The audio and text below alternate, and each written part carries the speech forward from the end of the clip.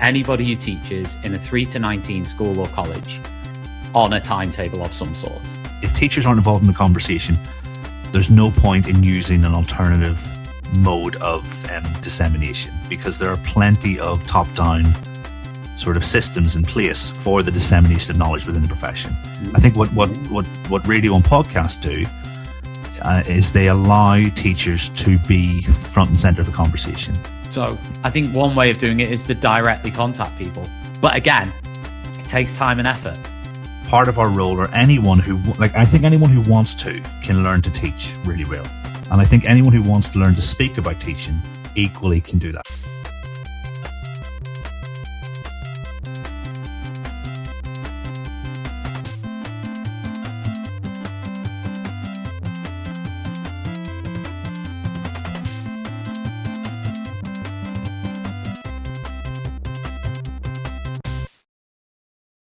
Hey everybody, welcome. It's Tom here from Teachers Talk Radio. And Kieran from Thinking Deeply About Primary Education. And we are here to discuss, we're here to discuss two things. The first thing we're going to discuss is teacher voice in the education world. Let's not just say podcasts, conferences, events, publications, books. We'll throw it all into that basket. But also, we are going to talk about our events that we have coming up. We have 2 events that we want to talk to you about, don't we, Kieran? We do indeed. And so your event is in Manchester on the 14th of March, I want to say, and it's primary, secondary range of subjects. What can people expect when they visit Manchester in the middle of March? Well, it's called Teachers Talk Connect, and we ran it in March 2025. So this is the second iteration, if you like, of the event. And it's a multi-subject event where we have subject strands. We have main stage speakers that are Jennifer Webb and Ross McGill. But outside of the main stage, we have various strands, including English, maths, science, primary, history, RS, oracy, behaviour and inclusion, and more. And basically teachers can decide where they want to go and which strand they want to spend their time in, and flip between them if they wish during the course of the day. The tickets for the event are completely free for all teachers, as they are in all of our events that we run, which is great. And yeah, it's in Manchester. It's in the centre of Manchester at Friends Meeting House. So it's about a 5-minute walk from Piccadilly. And yeah, we're really excited about the event. I think we've got over 70 speakers already sort of confirmed to be speaking. And yeah, there's going to be hopefully a lot of people there. Should be good. Fantastic. I mean, that's next level. 70 speakers. That's like double any of the conferences we've had so far. So that must take some sort of organization. Who's running there's a lot going on behind the scenes. Yeah. Waking up in cold sweats, Yeah, very close to the deadline of the conference. Tell us about your upcoming. Well, actually, no, don't just tell us about your upcoming event. Tell us about your events in general, because you run lots of them, don't you? We do. I mean, so for me, it felt like the natural evolution of the podcast, but also we wanted to sort of almost do something that, I don't know, made the world a little bit better. So Lloyd Williams-Jones, he was the first person on the podcast. He was the first person to give Tadape a chance. I said, would you like to record an episode? His dad is a patron of Vlindre Cancer Centre, and they provide palliative care for quite a large part of Wales and the sort of bordering English counties. And so as part of his fundraising efforts, we raise money through our conferences and we donate that to his pot. So for instance, he goes on these mad cycles like around the Grand Canyon, and they have like a threshold to meet. And so we help him meet that threshold, and his friends meet that threshold. So we started with 3 last year, 1 in London, 1 in Manchester, and 1 in Cardiff. And I think we've maybe got 4 this year, but we're in St Helens when we come to the north, because we're very keen not just to be a London-centric conference as much as we're keen to. So we've got, so I think the plan is we've just done London in January, St Helens in March, Cardiff hopefully in September, and then Edinburgh in November. So that's what our 2026 looks like, and we're already looking at 27 as well. Sure. And it's pretty obvious to say it'll be mainly primary teachers who would be going to these events. And what sort of offer do they get at the events? What are you sort of what are they expecting when they arrive? So that's an interesting one, because lots of really clued in secondary teachers listen to the podcast, and we will have people on whose message translates across, like Rachel Ball, Johnny from MathSpot, lots of people, because we don't really see the distinction. I know the branding and the name, the niche almost carves out this is for primary teachers. But I think, we try and encourage, like Sarah Cottingham will speak at our conferences quite regularly, and that kind of thing. But essentially we applications open to everyone. And then I sort of try and sort a thread or pathway through the day. So we'll typically have like a leadership thread. We'll always have maths, because maths is my thing. And maths is quite popular in terms of people's applications. Some sort of literacy, perhaps reading, depends on how specific people are. And then the wider sort of education sphere, maybe cognitive science, and then the foundation subjects, as we would call them. And, I think the foundation subjects probably get the least airplay. But also we find that the fewest number of people turn up to those sessions, so it's a bit of a catch-22 situation. But yeah, so we try and cover the main things that are on the minds of deep thinking primary teachers and leaders. Yeah. How would you define a deep thinking primary teacher? I mean, I think with conferences, it's anyone who's willing to spend their Saturday thinking about their professional development.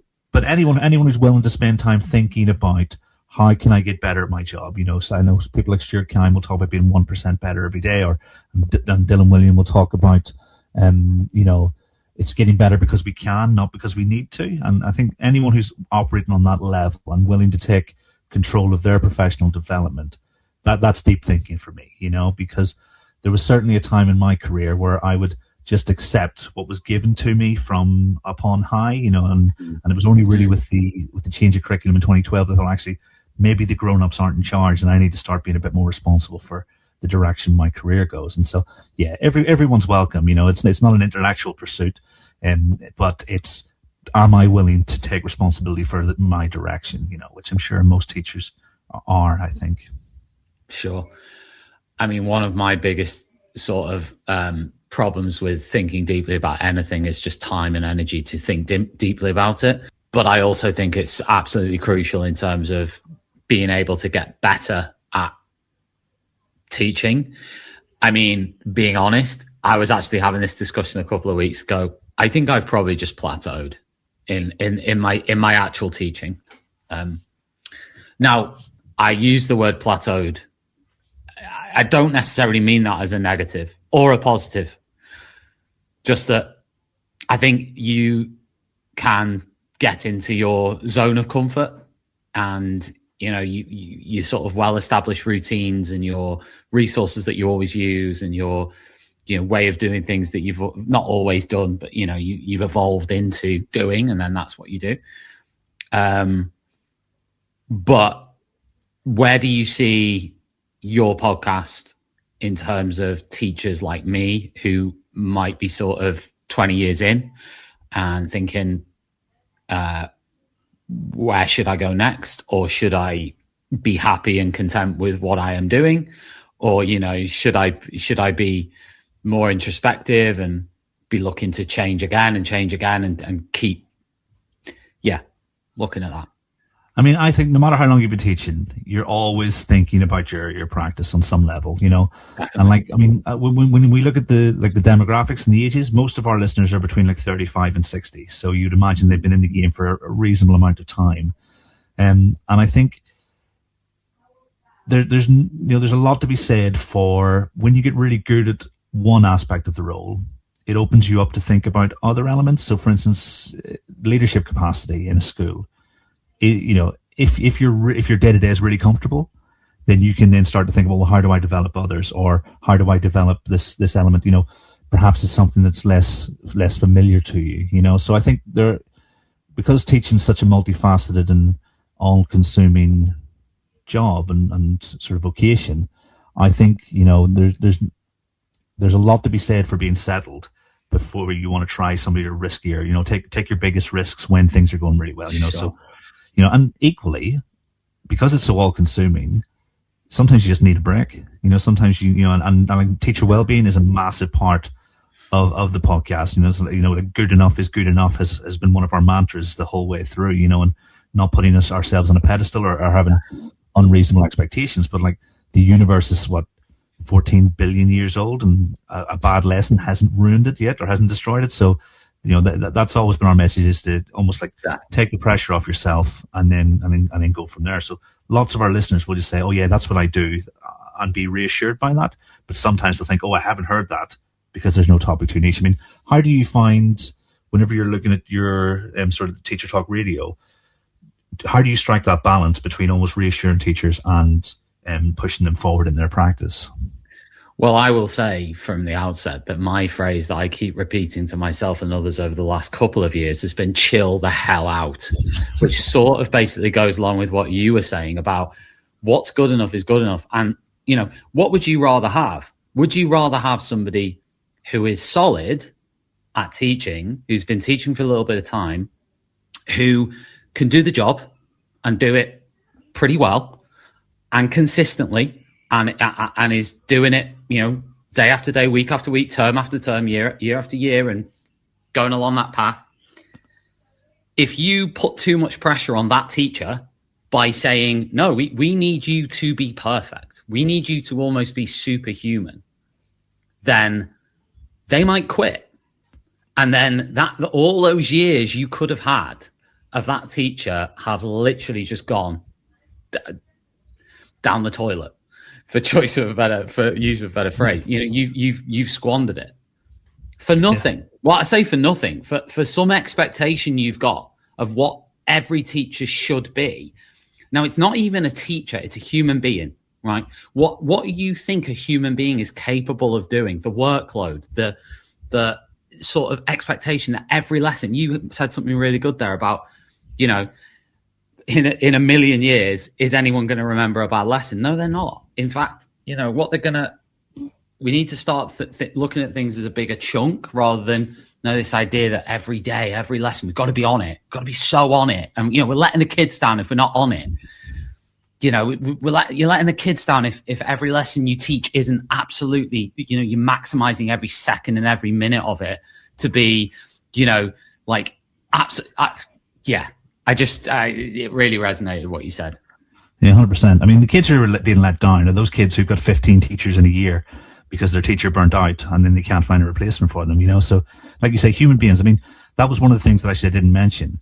Sometimes your family life is the thing you need to focus on, and having work take over while whatever's happening at home, it might be health, might be, starting a family, might be, and many other things. I think you've got to give yourself space for that too, because you can't be changing the world or saving the world and also being present for people at home as well. There is nothing wrong with you saying, I'm seeing this as a job now for the next year or 2 years. It's just going to be a job for me because I've got these other things that I want or need to do in my life. I honestly think that just the way, I'm an international teacher now. I've also been an international teacher 10 years ago.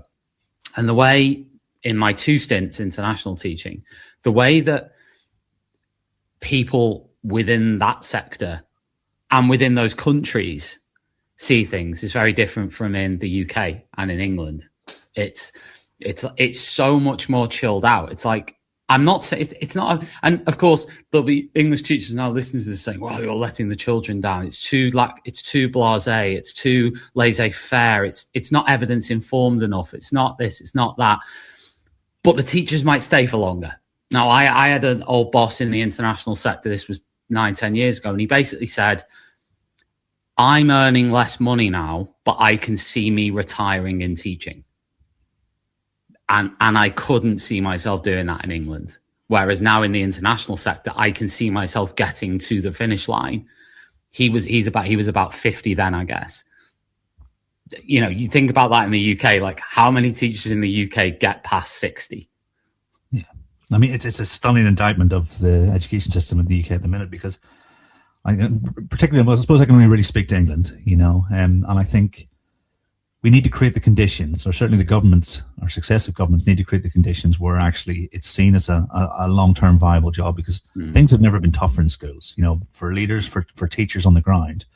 And I only see them getting tougher. And so if you want the profession and you want the very best to want to do this job, you know, because I've loved every second of my time in the classroom, even the challenging bits at the start of your career when you're learning your craft.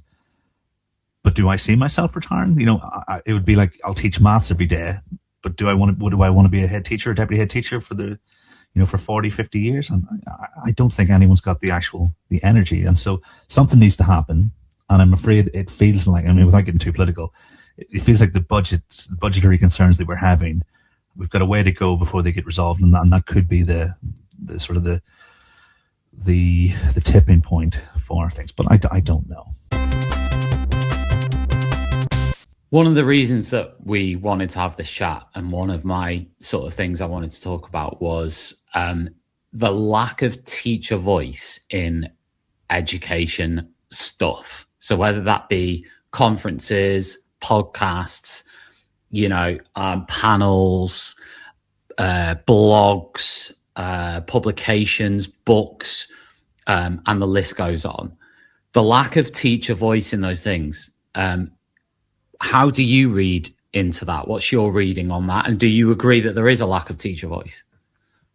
I think it depends. I think, with things like conferences, I think it can be tough to get teachers to perhaps get past imposter syndrome or to think that this is somewhere they belong. Primary teachers in particular, I don't think attend conferences as much. And I say that as someone who's spent most of their weekends for the last 10 years at education conferences. I think there's underrepresentation generally, but I think in terms of other media, it might be a visibility issue. So in my mind, there are almost two things to look at. Because I think, like Elliot Morgan and I have started doing this sort of monthly recap of all the things that are in Substack. And it's almost a case of, well, this stuff was always there, but Substack's done a really good job of now showing us things are there, because the social media landscape, over the last 3-4 years has changed entirely. You can almost guarantee if you put something on Twitter, people would see it, people would have a conversation about it. Now, I left maybe in the last year, and I don't know what it's like now. But it was not a healthy place. It was not a place where you could get your message could be visible unless you paid for that visibility. And so I think there are two things there. Because I think, like, if you look at the leading the subject leadership series that John Hutchinson is the editor of, and the primary in action series that Emma Turner is looking at, I think they're predominantly class-based or school-based authors of those books. So, like, leading primary English or literacy, I can never remember the term, is Tricia Moss, who's working in DMAT, and Sally Stanton, who's working at Advantage. So they're on the ground supporting literacy leads all the time. So, yeah, for me, there are two things, possibly three. There's primary in general, there are conferences and weekends, and there's the issue of visibility. I mean, how does that sit with your interpretation, or do you see them closer together rather than as separate things? I think there is a lack of teacher voice across the whole piece. I think there are many reasons for that. I think reason number one is a really good one, which is exactly what you said, which is that teachers often don't think to put themselves forward because of maybe imposter syndrome, because of being too busy, because of not having the time and effort to invest into their own profile building exercise on a particular social media platform, whatever platform that may be. Maybe they just don't have an interest in doing that, which is absolutely fine. But that, I guess, would be reason number one. Reason number two actually falls, and I think this is probably the bigger one, because I think these people have more responsibility. The bigger one lies with the people who do have the platforms and the profiles and the opportunities to give. Do those people seek out classroom teachers and school leaders? Or do they sit there and say, who are the biggest names I can get in my event, in my podcast, in my book, in my thing, in this and this and this, to do this? Now, the flip side of that is, and this is really challenging for organizers of anything, is we've just said teachers can often be less visible. They are harder to find. It is going to take effort, right, to actually find and locate these current classroom teachers. But it is possible. It is possible. And that's with Teachers Talk Radio, and prior to that, Teach Me Icons. That's 10 years of events that we've been running, and we've always found teachers to do it. And a lot of them have been new voices. So it is possible to do it. I agree with you. It is more difficult. It is more taxing. If you are sort of an organizer or a host or somebody, whatever. I think Tom Sherrington has done something where he's running a blog and he gets like teacher contributors on. Something like that I think is a really good idea. Tom probably has the advantage that he's got a big followership, so therefore more people are going to see that and want to come on. But even then, I think it's difficult because the people who will come forward when you put out shouts for things, unless you make it completely clear that you want teachers and school leaders, a lot of the people coming forward will be A, people with more time to do it, and B, maybe people with something to sell, whether that be, a consultancy product, a business, whatever it is. There's nothing wrong with that. I'm not sort of having a go at those people for doing that because that's what they need to do for their own businesses. But I think it's on the organizer and on the people doing that to say, if they want to, it might be that an organizer turns around and says, I don't care about that. That's fine. I do. And sometimes I will also question, and I'll come back to this a bit later as well, maybe. I also question the value sometimes of me as an organizer doing that. Because take your podcast or events, for example. How many people who come to your event or listen to your podcast say, oh, Kieran, I've really noticed how many actual classroom teachers you've got on your podcast. Thanks very much. It sometimes happens, but in the world we live in now where everything's so quick fix and, everything's very social orientated and stuff, social media oriented, do people actually sit there and look at CVs? Do they care? Right? I care because I think it's the right thing to do. And I'm quite evangelical about it. But maybe I'm wrong on that. Maybe it actually doesn't matter as much as I think it matters. No, and I think you're spot on. I think, like we set ourselves, when I set myself an imaginary 75% line. So I'd rather 75% of my speakers were classroom teachers. Because I think ultimately, we can have I love theory. I love reading research papers. But if it doesn't translate to the classroom, if it's not manageable, and we talked about how things are tough in education, if it's not easy to implement or reasonably easy to implement, it's not worth the time and the effort. So yeah, so we like to search this out, and sometimes that's difficult because sometimes like we've had maybe 5 people who are based in schools applying, and if I'm going into my address book and I'm going to try and get as many people as possible, because on the day, people do comment about how relevant it was to their practice or how they enjoyed the fact that it was classroom teachers speaking about their experiences and things.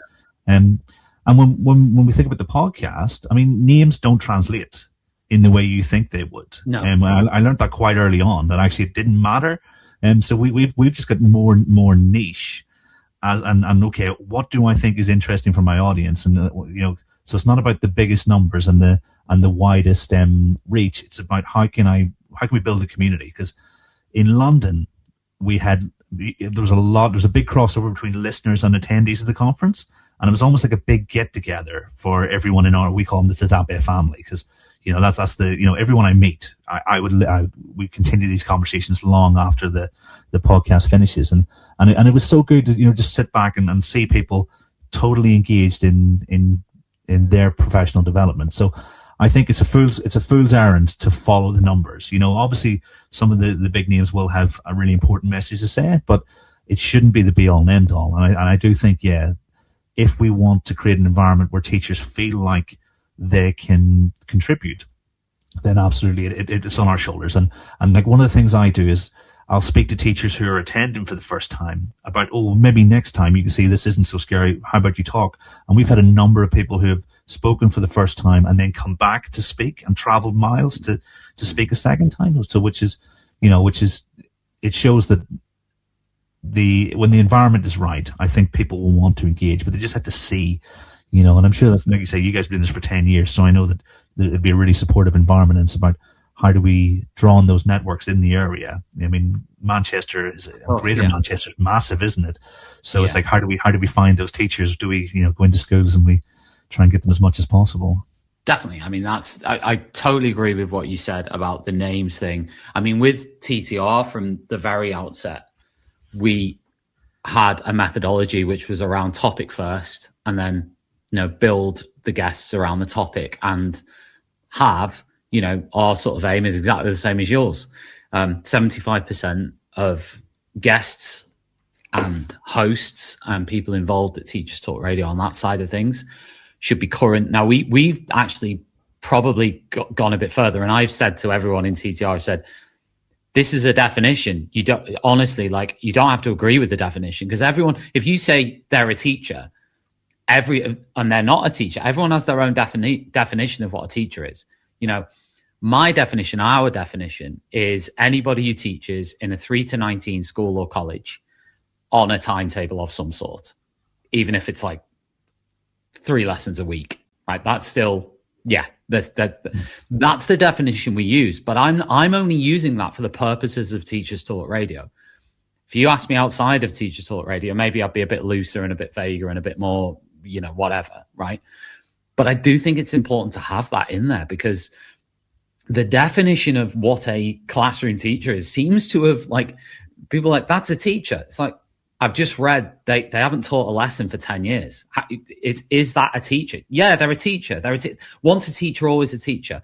There's nothing wrong with saying, I'm not a teacher anymore. Why do people who work for sales companies say, I'm still a teacher? You're not. You work for a sales company. You were a teacher, and that's great. You were a teacher. Just say, I'm an ex-teacher. It's not something to be ashamed of. You don't have to hang on. If I completely left the classroom, I would happily say, I'm no longer a teacher. I do this. But I was a teacher for 20 years, but I don't do it anymore. And I'm not sort of having to prove myself to you because I'm no longer a teacher. I just don't do it anymore.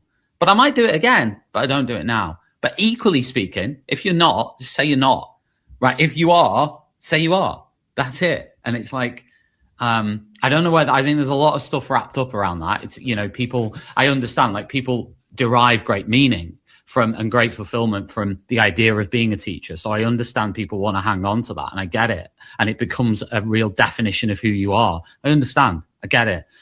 But fundamentally, if we're going to platform actual teachers, then sometimes we have to make tough choices to say, I've got 2 people here who want to speak in the speaking slot. One of them currently teaches in a school and has a timetable. The other one doesn't. What are we going to do? Right? One of them has 15,000 followers and the other one has 6 followers. But they want to talk about a really interesting topic. They're currently teaching in a school, and, they're a new voice. They've never spoken before at an event. What are we going to do? They're the tough choices, people. So if you're going to go, on a social media platform and say, hey, I really believe in teacher voice. There's not enough teachers doing this stuff. But then you make the decision in the example I've just given to go, no, I'm going to discard Johnny, who has 50 followers, who's been teaching in that school for 10 years and is a current teacher who has experience and has a track record and is still doing it. I'm going to discard Johnny and I'm going to go with this person because I've seen them a lot more, and I've heard of them, and they've got a profile, got followers, and whatever. And I just don't think those two can tally up. I mean, have you seen that happen? Is this have you've heard, obviously names and things. Well, how many times, Kieran, do you see, and we could list events, podcasts, think of any sort of thing you can think of in that regard. How many times do you see the phrase by teachers for teachers? Yeah. I see it all the time, right? All the time. Or I see teacher led. And I see the word teacher, teaching, teacher in things, right? In the title of things. Then you look at, and you see sort of pronouncements or visions and missions that look like it's going to be teacher led and include teachers. Then look at the lineups. Look at the actual people who are on those things and in those things. How many of them are currently in schools? So does it happen as explicitly as what I'm saying? Yeah, maybe not as often as what I'm saying, but the reality is, though, that sort of thing, I think, is happening all the time. I think it is endemic in the whole thing. Now, again, to come back to what I said, whether it's a problem or not, I think it's a personal thing. I'm not saying if someone out there says, that's not an issue for me, that's absolutely fine. We all have our own views on this. But my view is that it's endemic across the whole piece, and it does matter. And if we genuinely care about teacher voice, we need to find and help actual teachers to get a voice and to have a platform and to have status within our profession in the things that we're doing, right? I mean, this isn't in schools, because these people could be like rising up the ranks, in their 20s. They could become, so it's not about, we're talking about the stuff outside of maybe in the school, so speaking at events, being on blogs, being on this, being on that. And, I don't know what you think, but that's where I see it. Yeah, no, the thing is, I would agree with your definition. I think it's a really solid definition. I know it gets quite emotive, and certainly in the last days of X or Twitter, there was quite a heated debate about where the line gets drawn. And I get that. But because whenever I'm doing things, I don't speak at our conferences. I'll do the intro and do the organizing, but I'm not going to give myself space.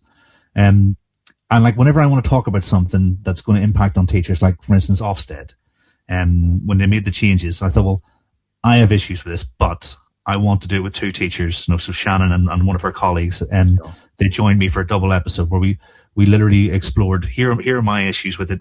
How do you feel about this? Because I feel the further I get from the classroom, and like you say, I will go back at some point, and I've said this quite a bit, but the further I get from the classroom, the less qualified I feel to speak about, in particular, the day-to-day. Now, math subject knowledge, pedagogical content knowledge, I think that's fair game, because I've built up 17, 18 years of experience of that, and I can say, here's what I would do in if I were doing this. And a lot of my work is actually in classes with teachers. But on the day-to-day, on the how do I lead this, how do I deal with this situation, I think it needs to be teachers. How do I implement this? Because what we know about implementation is like, as an example, is changing so rapidly. We're becoming so much more effective that the stuff I would have done whenever I was a math lead is probably 10 times. It's a lot different, I think, already to what math leads might be doing now. They're certainly better equipped. You've got the NPQs that are guiding people towards efficient practices, whereas we may have been sort of stumbling in the dark trying to work out what was effective. And so like you said 10 years. 10 years is a massive time in education. If you think of how many education ministers we've had, in a 13-month period, So I think the further from the classroom you get, I think the less relevant to actual day-to-day classroom content. But there's almost like there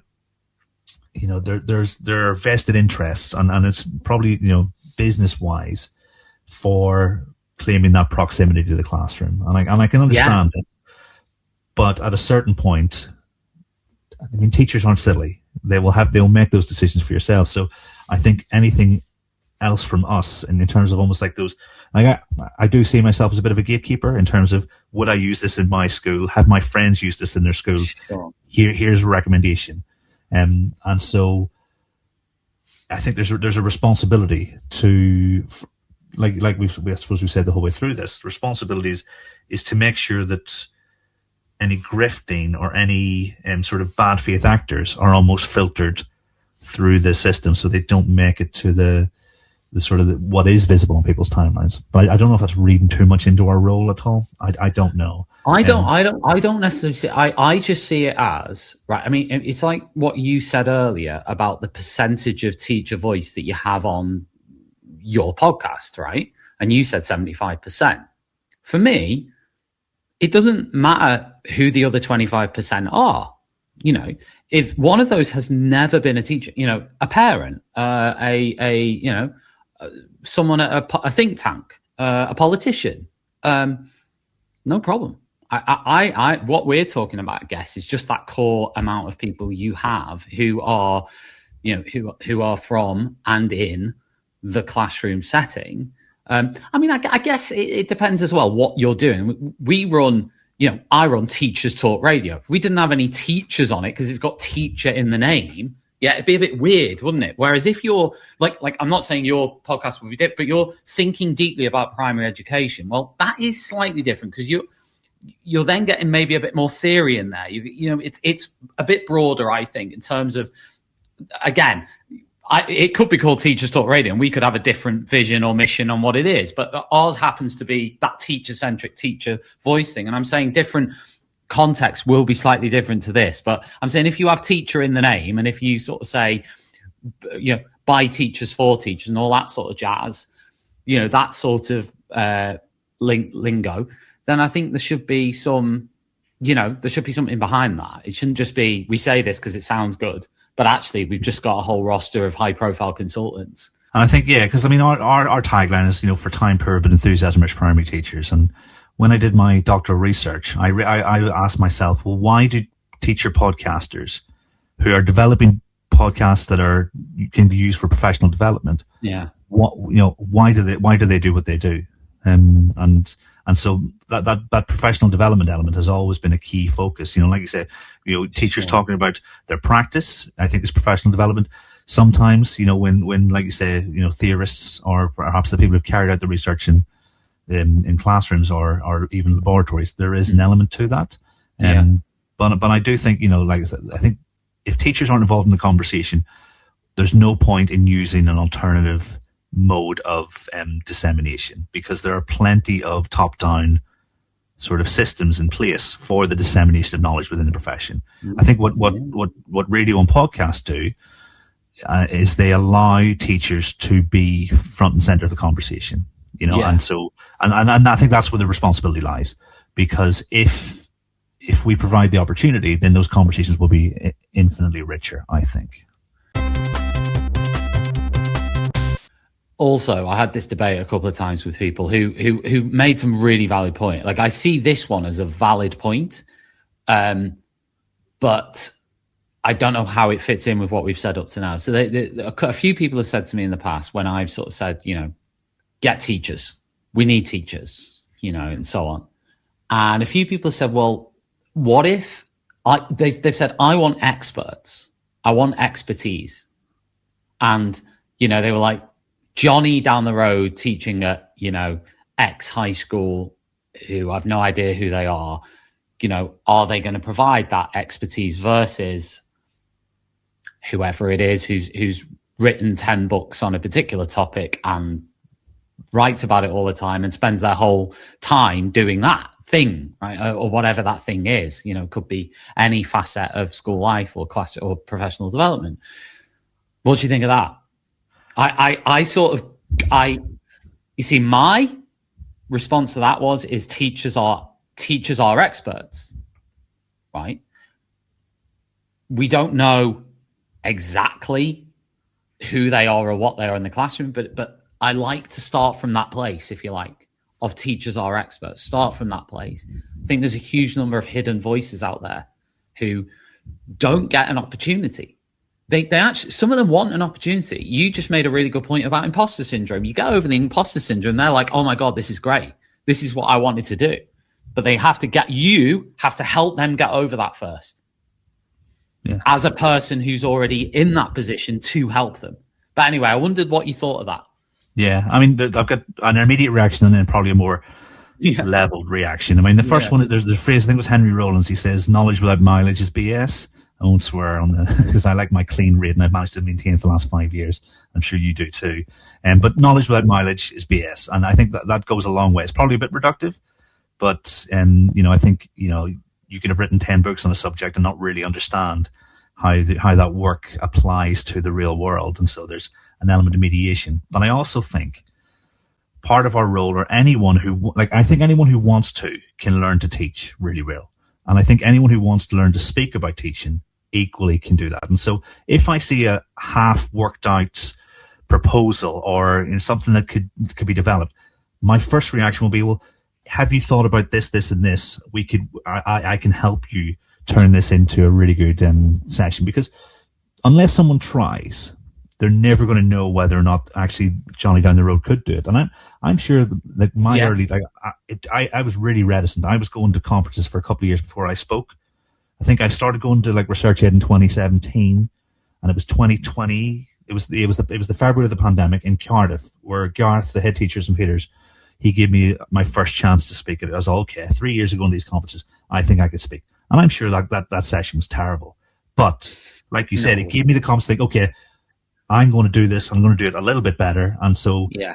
you get a feel for what do people like, what's, if I'm doing maths, I'm probably going to have some sort of maths involved in it rather than me just talking the whole time, that kind of thing. Sure. So I like to see it that way in terms of if someone wants to, it's very easy to support them because we can support people in learning how to do this with 30 sort of, people who don't really want to be there, but at least on a Saturday, everyone who's there is on, I will say everyone's on your side, and we have one rule. It's, be excellent to everyone because you might not agree with everyone, but you can certainly think about what they've had to say. And so if you frame those conditions and you say, actually, I can help you with my, here's my experience. Here's what I think this talk needs.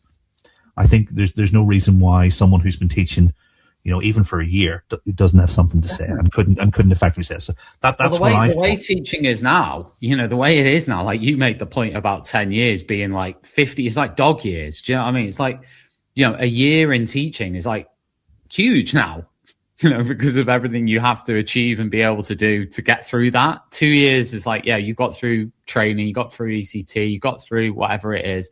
It's like a massive deal, and I mean, it was back then, but it's even more now, so it's like, I don't think there's certainly no qualification on my thing when I said anyone who teaches in 3 to 19. It's not like, but only people who've done over like 3 years or something. Yeah.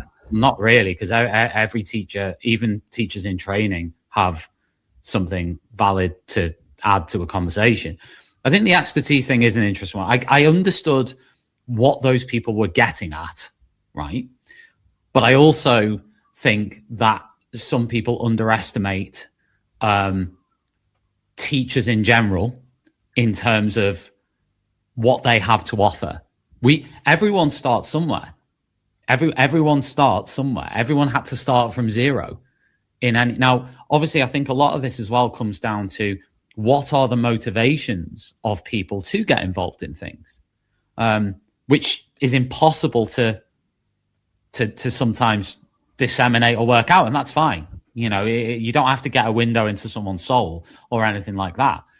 But I do think people, we need to seek out people who want to improve themselves, improve others, help others, develop others, be there for others, be a part of the profession, continue to be part of the profession if they can. It's a very difficult environment. And I don't blame anybody for quitting teaching. This is what I said earlier. It's like these people going, I'm still a teacher. You're not. You're an ex-teacher. But there's nothing wrong with you leaving teaching for the reason. I did in 2016. I left and I went back. But I had to leave in end of 2015 because I was like, this is awful. There's no shame in that.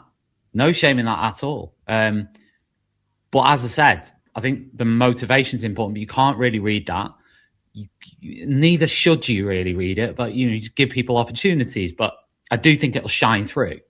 The people I've just described, I think eventually those people shine through because they've got that longevity. They've got that commitment. It's not like a slapdash, I want to speak at an event so I can get this book contract or promote this or do that or whatever, because those people will fade. They will. The people who are genuinely interested, do want to really contribute and are willing to commit and are willing to go the extra mile. You mentioned someone who traveled to your event long distance twice and came back and all this sort of stuff.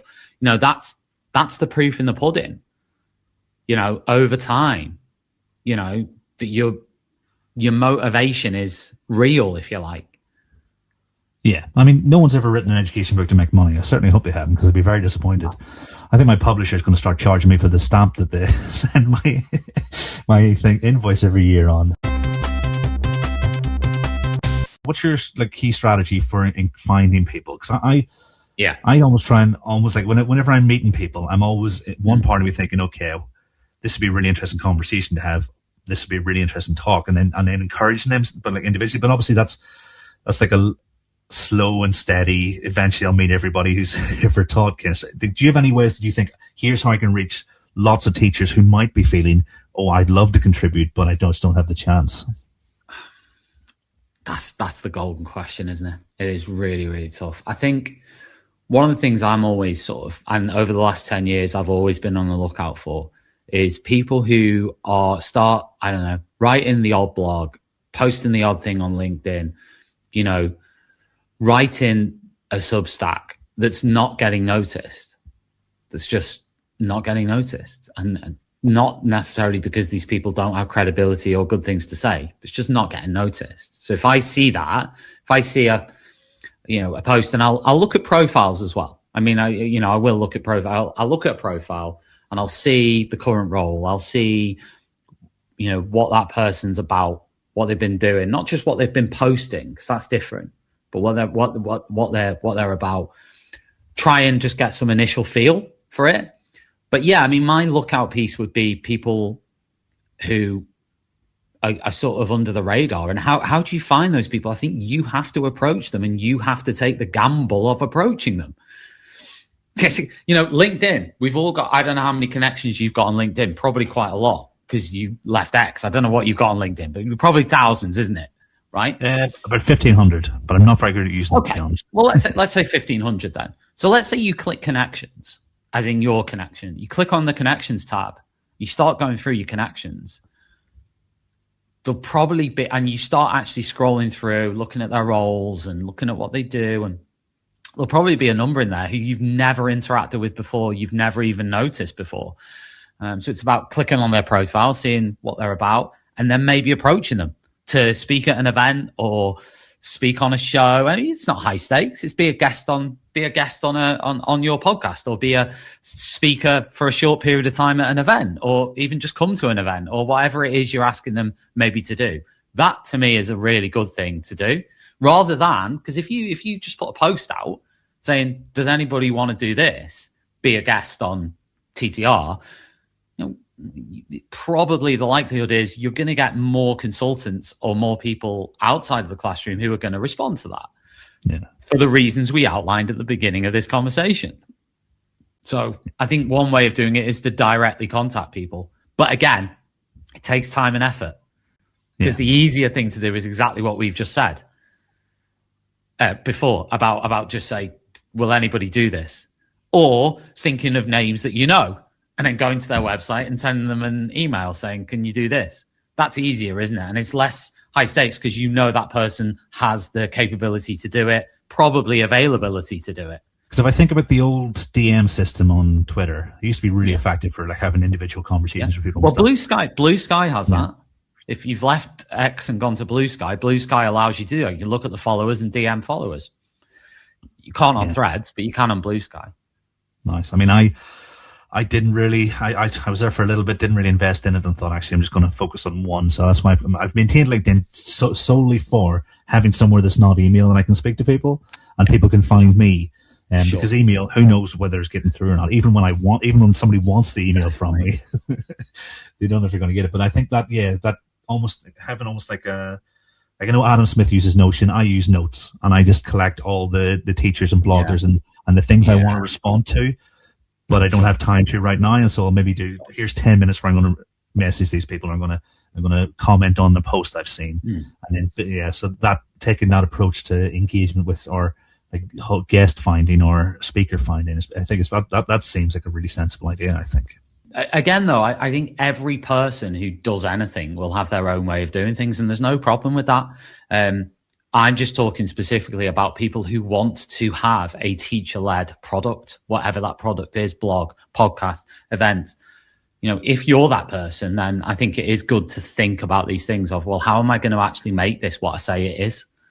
Yeah. Or am I just going to do whatever everyone else is doing and do the sort of set thing of, I'll get the 10 people I know, but I'll write down 10 people's names on a piece of paper that I've heard of, and then ask them all to come on and talk about the thing that they've written about. There's nothing wrong with that. People can do whatever they want. I'm just saying, you said about at TTR, some of our best performing shows have been topic-led shows with teachers on it that nobody's ever heard of, because it's topic-led. People want to hear about that topic, and if that person is speaking well, and if they've got something to say, either from the heart, it depends on the topic. If it's from the heart, if it's knowledge, if it's whatever it is, if it's authentic, if it's steeped in classroom practice, and they get a sense for that, then it will be a good listen. Will be good.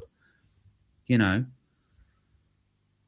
well, I think, and that's what we want, isn't it? We want to we want to help people see parts of the role, parts of the sort of the landscape that maybe they wouldn't normally.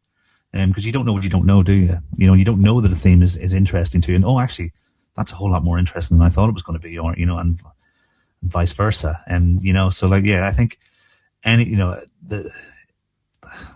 what I can't remember what the phrase is. Something about like being a mile wide and an inch deep. That's the thing you don't want to be, but you want to be sufficiently deep, but also cover enough that, there are many different rabbit holes to go down, and I suppose that's what longevity brings you, is the opportunity. Yeah, it's been for 10 years.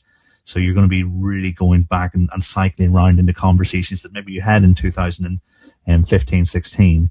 And then, okay, how has that conversation changed in those 10 years and things like that? And so I think that's probably the way to approach it.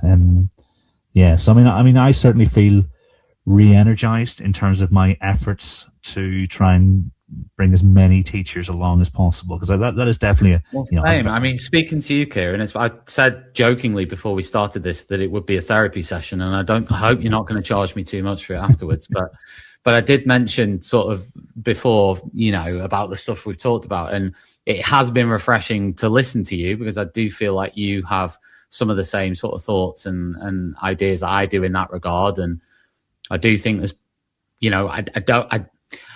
I would like to think there's more people out there who think like we do about this.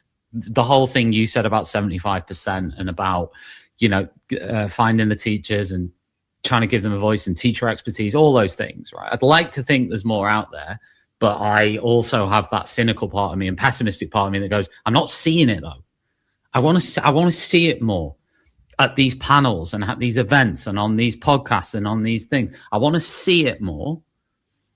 So then I can believe it more and say, okay, me and Kieran aren't, Kieran and I aren't the only people out there who think this and are acting upon it. I think there's a lot of people who think it, to be fair, but I think there's much less people who act upon that, because you can annoy people. You said earlier about it being emotive. It is emotive. When you're sort of having to make decisions on what you consider a teacher to be, and everyone will have the different things, or when you're saying we're going to go in this direction and not this direction, which might sort of not exclude certain people, but it might just, you use the word gatekeeping, and you might sort of push in a certain direction away from another direction. And it's sometimes that can be really tough, actually, because they're nice people. It's not about them not being great people or nice people or amazingly successful and knowledgeable people. It's nothing to do with that. It's about, what are you doing right now? Are you a teacher, right? It's nothing to do with how amazing they are. I mean, we both know amazing people who no longer are in teaching, who have bucket loads of expertise, brilliant sort of, if they've got books, or if they've got other products, or if they've got a podcast, whatever it is, we'll know loads like that. I do. I could list about 100. Could list about 100, maybe 200. I could list 500. How many teachers could we list? How many teachers, current teachers, could we list from the list I've just said? That's what I'll leave you with. Yeah, and I think that's a really powerful way to end it, because it isn't a this versus that. It's a we've set out our stall. No, this is what we want to promote, and this is the kind of world we want to exist in. And I do hope that, like I say, I think there are definitely a lot of people who think it. Let's hope that more people, but little by little, will be encouraged to act. And I think it starts with the first small step, doesn't it? Talking of that, our events, Kieran, should we tell people to actually come to them? I mean, they don't happen unless people come to them. I mean, ours, like I say, we're on the 28th of March in a place called Sutton Manor in St. Helens, which I hear is your neck of the woods, Tom. Neck of the woods, yeah. I mean, it never stops being Sutton Manor. Sutton Manor is where I lived. Sutton Manor is actually where I lived. Yes, specifically. You might be able to know the school. You might know the school then. And it's in a school there. All right. Okay, so it's actually Sutton Manor Community Primary School. Oh, okay. It's in a primary. Okay, cool. So 8:30 until roughly 2:30, depends what time lunch finishes at. And there'll be lots of sessions again across, leadership, different elements of teaching and learning. And then we round off with lunch and a really twee raffle. I get the wheel of names out, and I spin the wheel of names, and people, our speakers give away really good prizes, like maybe 30-minute virtual coaching session, that kind of thing. Oh, that's cool. And everything goes to Valindra, so all the tickets, and thanks to our sponsors who are there for the right reasons, I think, which is always that's good. Great.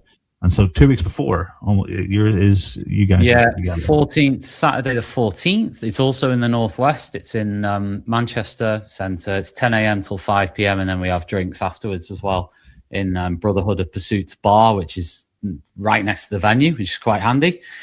So we all tend to go in there. It's like a big sports bar type. I don't know why why am I talking about the bar more than the actual event? Like, seriously, Tom, what are you doing? Because teachers. Forget the 17, forget the 17 speakers. Let's spend 10 minutes talking about the networking drinks. But genuinely, the networking drinks are cool afterwards. They are good. Yeah. This is why we don't have afternoon sessions. We finish on lunch, because when I go to a conference, once lunchtime comes, I'm only thinking about the networking afterwards. I think that's it is a very important element. And so, but I mean, it's been lovely chatting with you about this, and I hope your event goes really, really well. And I'll keep an eye out, and I'll possibly try and schedule my Northeast stuff for maybe slightly further away, so that we don't stand on each other's toes. Definitely. Well, we can continue the conversation after this, but yeah, if you want to find out more about our event that I've mentioned, it's ttradio.org/connect 2026. I'll say that again, ttradio.org/connect 2026. And